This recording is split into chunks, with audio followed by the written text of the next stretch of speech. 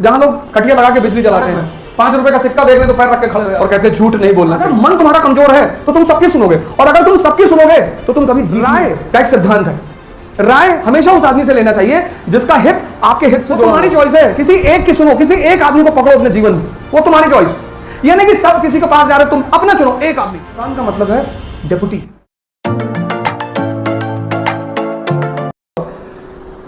किसी शिक्षक की तुलना मत किया करिए, सब अपने आप में महान है। आपकी क्षमता, आप किससे क्या लेते हैं।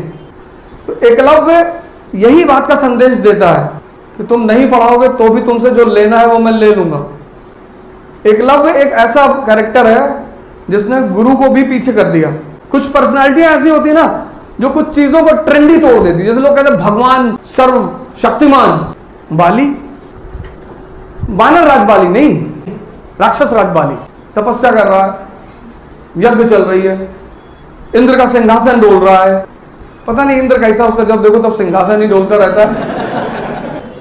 और विष्णु कहते हैं कि मैं संभाल रहा हूं, टेंशन मत। फिर वामन अवतार बनकर आए, बाली से कहे 3 पग जमीन चाहिए।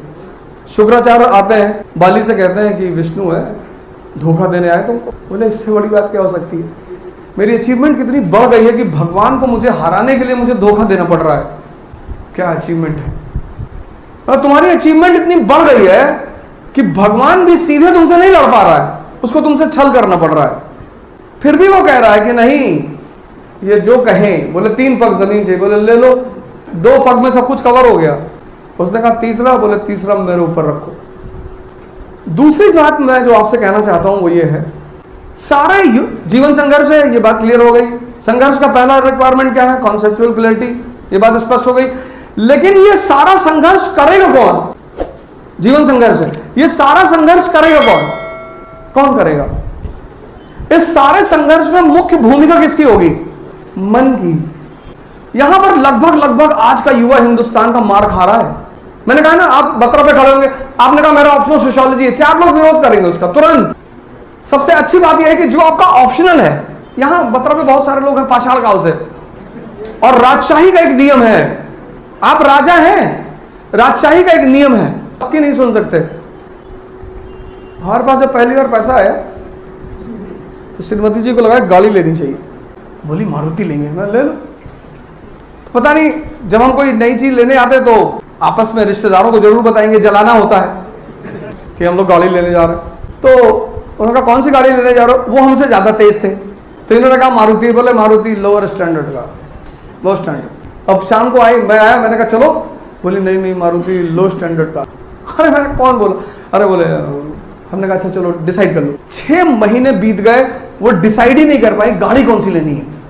इतना जीवन में टाइम है, जिसके पास महत्वाकांक्षा है उसके पास इतना टाइम है कि वो 6 महीने ये डिसाइड करेगा कि गाड़ी को, पहले ये देख लो पैसा कितना रखे हो, पहला डिसाइडिंग फैक्टर तो यही है ना।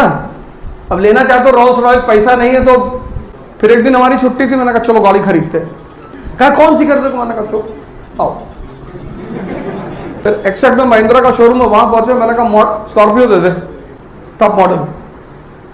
बोली स्कॉर्पियो ले रहे हो, बदमाशों की गाड़ी है। हम कौन सा शरीफ है, हम तो एक्सीडेंटल टीचर हैं। टीचर तो हमारे नल सर हैं, सारे लोग हैं। हमको तो भगवान कहते हैं कि जाओ पढ़ाओ, हमको तो दंड मिला है। हम अपने टीचरों को बहुत परेशान करते थे क्लास में। हम तो अब देखते हैं क्लास, जब हम क्लास लेते हैं, कोई लड़का शायद ही कभी क्वेश्चन पूछता है। आपको क्वेश्चन पूछना चाहिए, आप उस विषय को तैयार करके आए जो टीचर पढ़ा रहा है। कोचिंग बहुत प्यारी चीज है, अगर आप समझ जाएं कि कोचिंग का रोल क्या है। कोचिंग आपको 1 साल में आईएएस बना सकती है, मैं भी बताऊंगा कैसे, सिर्फ बोलने की बात नहीं है। कोचिंग इतनी प्यारी चीज है कि आपको 1 साल में आईएएस बना दे।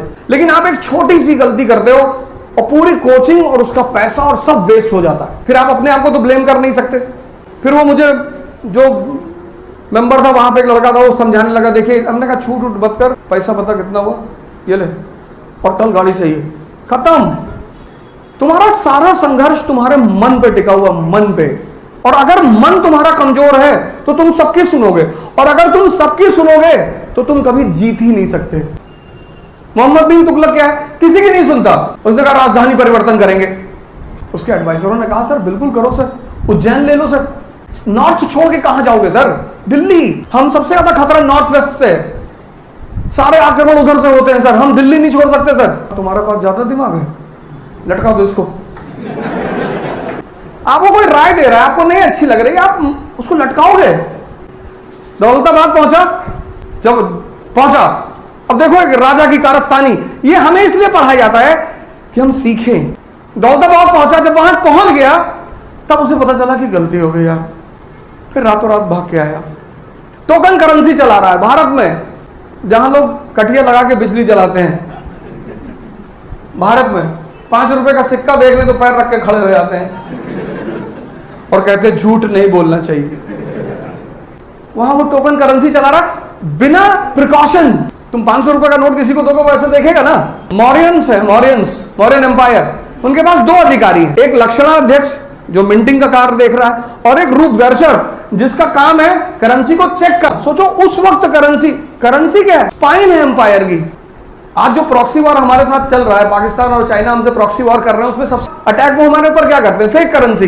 किसी भी कंट्री में फेक करेंसी बढ़ा दो, पैरेलल इकोनॉमी खड़ी हो जाएगी, इकोनॉमी ध्वस्त हो जाएगी। और इकोनॉमी क्या है, साम्राज्य की मां है, इकोनॉमी ध्वस्त, साम्राज्य खत्म। उस देश में वो व्यक्ति बिना प्रिकॉशन का करेंसी चला रहा है, घर में छपाई शुरू हो गई, इन्फ्लेशन बढ़ गया, ये हुआ कि भाई रोक दो करेंसी, रोक दिया उसने, टोकन करेंसी रोक दिया। रोक के फिर उसने क्या किया, उसने कहा जितने लोगों के पास भी टोकन करेंसी है वापस करके तिजोरी से ओरिजिनल ले लो, जिन्होंने नहीं छापा था उन्होंने भी छाप लिया। ये है मोहम्मद बिन तुगलक। इसलिए पढ़ाया जाता है कि तुम ये गलती मत करना।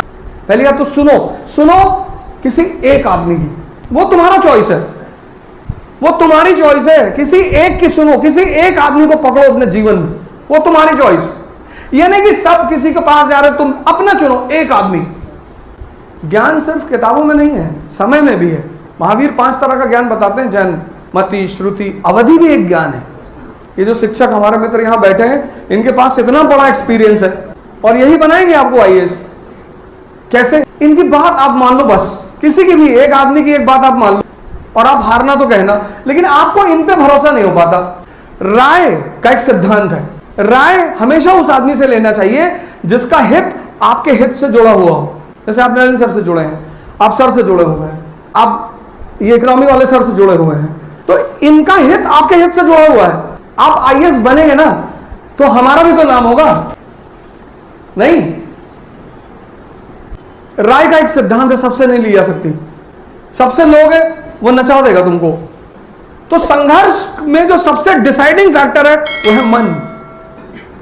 अब मन के बारे में 2-3 बातें सुन, ऐसे नहीं। किसका इतिहास ऑप्शनल है?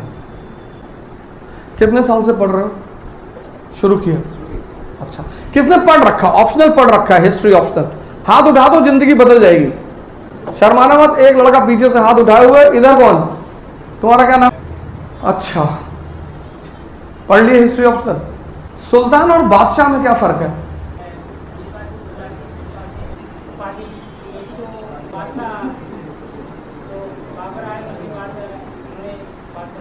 तो अंतर क्या है? अच्छा चलो छोड़ो, ये बताओ। और नहीं, छोड़ो, एक आदमी को नहीं टॉर्चर करेंगे। इधर कौन?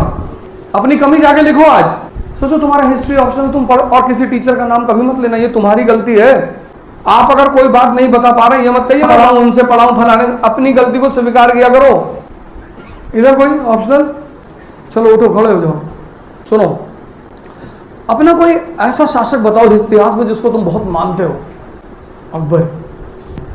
अकबर से पहले क्षेत्रीय विद्रोह, रीजनल रिवोल्ट एक बड़ी आम बात है। जैसे दिल्ली कमजोर पड़ता है, बंगाल आजाद, गुजरात आजाद, लेकिन अकबर के बाद ऐसा नहीं होता। क्यों?